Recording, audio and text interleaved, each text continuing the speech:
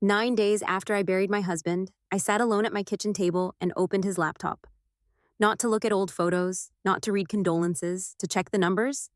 The house was still heavy with flowers, their sweet smell had already started to turn sour. The refrigerator was full of food other people had brought. His clothes still hung in the closet. Everything looked the same, except the truth. Daniel was gone. But what he left behind wasn't grief. It was a mess. We were married for 25 years, long enough to build a life that looked solid from the outside. We each ran our own business, independent but aligned, strategic but respectful. I built a logistics company from nothing. I knew every contract, every route, every risk. My company ran like a machine because I watched every moving part. Daniel ran his own distribution company. He always insisted on keeping our businesses separate. He said it was smart. Diversified risk, professional boundaries. I admired that. I thought it meant maturity.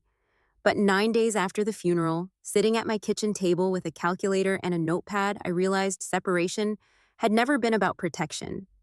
It had been about hiding something. The first sign was small, a vendor payment that had been pushed back, then a credit line extended again, then another quiet loan. When I opened the financial records, I felt something colder than sadness. His company wasn't struggling, it was sinking. A great deal in obligations, contracts in default, properties leveraged twice, personal guarantees buried in footnotes. I went through the documents line by line, slowly, calmly. There were no tears left, only arithmetic. And that's when I understood something about being deceived. It doesn't usually arrive as a dramatic confession. It arrives as a pattern you chose not to see. I had ignored subtle defensiveness. I had accepted vague answers about money. I had respected privacy when I should have asked more questions, not because I was naive, because I trusted my husband, and trust in the wrong hands becomes a tool. I was still at that same kitchen table when the doorbell rang 2 days later. Through the front window, I saw a car parked by the curb.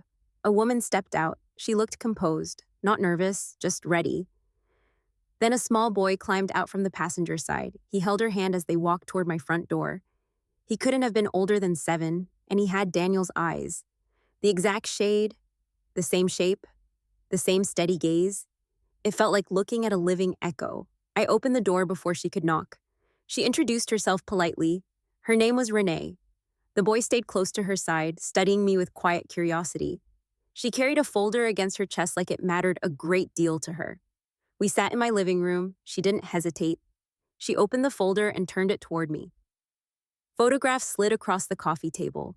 A beach, a small ceremony, smiles. Daniel standing beside her, barefoot in the sand. The date printed at the bottom was 14 years ago. 14.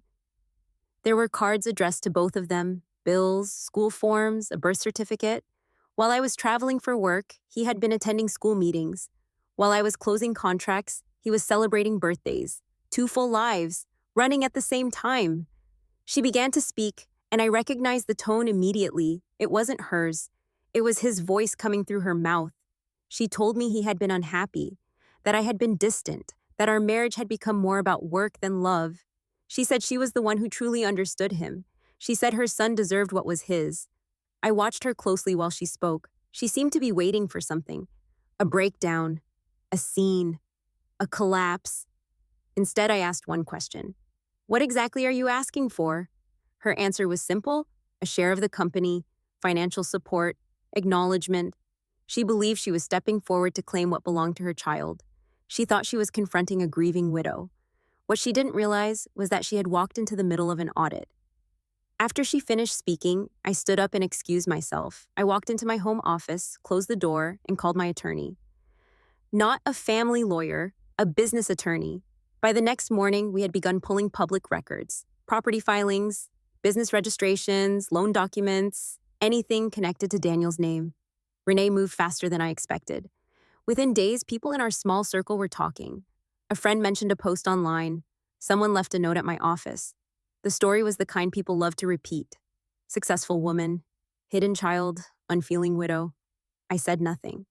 Quiet confuses people when they expect a reaction. Behind closed doors, the audit continued, every debt surfaced, every unpaid bill documented, every loan tied to another loan exposed. Then we got into Daniel's private office downtown. There was a safe built into the floor of his closet. I knew the combination. He had used my birthday. Inside were old papers, property deeds, and one sealed envelope. The document inside changed everything. 4 days before he died, Daniel had moved the last of his company's available cash into a protected trust. Under my name, not Renee's, not his son's, mine, a significant sum, over $1 million. He had emptied the company completely before he died, which meant something very simple. He knew it was over. He knew the business was failing, and in his final move, he secured the only money left where no one else could reach it. He didn't provide for her. He didn't secure his son's future. He secured himself. And by law, that meant securing me. That was the moment whatever illusion remained disappeared. This was never about love. It was about ego. The hearing was scheduled on a gray Thursday morning. Renee arrived with her attorney, calm and certain. Inside, her lawyer argued that her son was the biological heir and deserved control of Daniel's company right away. All eyes turned toward me. They expected resistance. Instead, I stood up, I walked to the table, and I signed the transfer agreement. I handed over every share, every title, every right. The room fell quiet. Her attorney smiled as he accepted the documents. Then his assistant began flipping through the attached financial records. I watched her expression change. Her whisper to him was urgent. He turned pale. Because ownership doesn't only transfer what you own, it transfers what you owe. By asking for control, they had also taken on a significant amount of company debt. Defaulted contracts, tax penalties, lawsuits from vendors, guarantees that activated the moment ownership changed hands. They had asked for the crown. They hadn't checked its weight. Within weeks, the company went into liquidation. Accounts frozen, properties sold off. People stopped talking about it once it got complicated. A simple story spreads. A complicated one doesn't. Debt is boring. I went back to my own work and kept running my company, but there was one loose end. The boy. None of this was his fault. So before the hearing ended that day, I had my attorney set up a private education fund in his name, something only he could access as an adult, managed by someone outside the family, protected. I didn't tell Renee about it myself. She would find out once it was finalized. I didn't do it out of guilt. I did it because who you are shows up in the choices no one sees, not the ones everyone's watching. When I look back at that time now, people sometimes ask if I feel angry. Honestly, no. Anger takes a lot of energy to carry. What I feel is clarity. I learned that love without honesty is just risk wearing a nicer name. That staying quiet can say more than any argument. That sometimes the strongest thing you can do is step back and let things play out on their own. I didn't destroy anything. I just stopped holding up something that was already broken. And when you stop supporting something built on lies, it falls on its own. If you're noticing small things that don't add up in your own life, let this be a nudge. Patterns don't resolve themselves. Secrets don't get smaller with time. And trust shouldn't mean never asking questions. Pay attention the way you'd pay attention to your finances.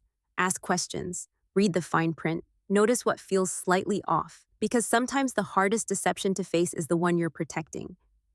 I buried my husband that year, but what really ended was my own habit of looking away from things I didn't want to see. And once you choose honesty over comfort, no one gets to quietly build another life in the space you weren't watching.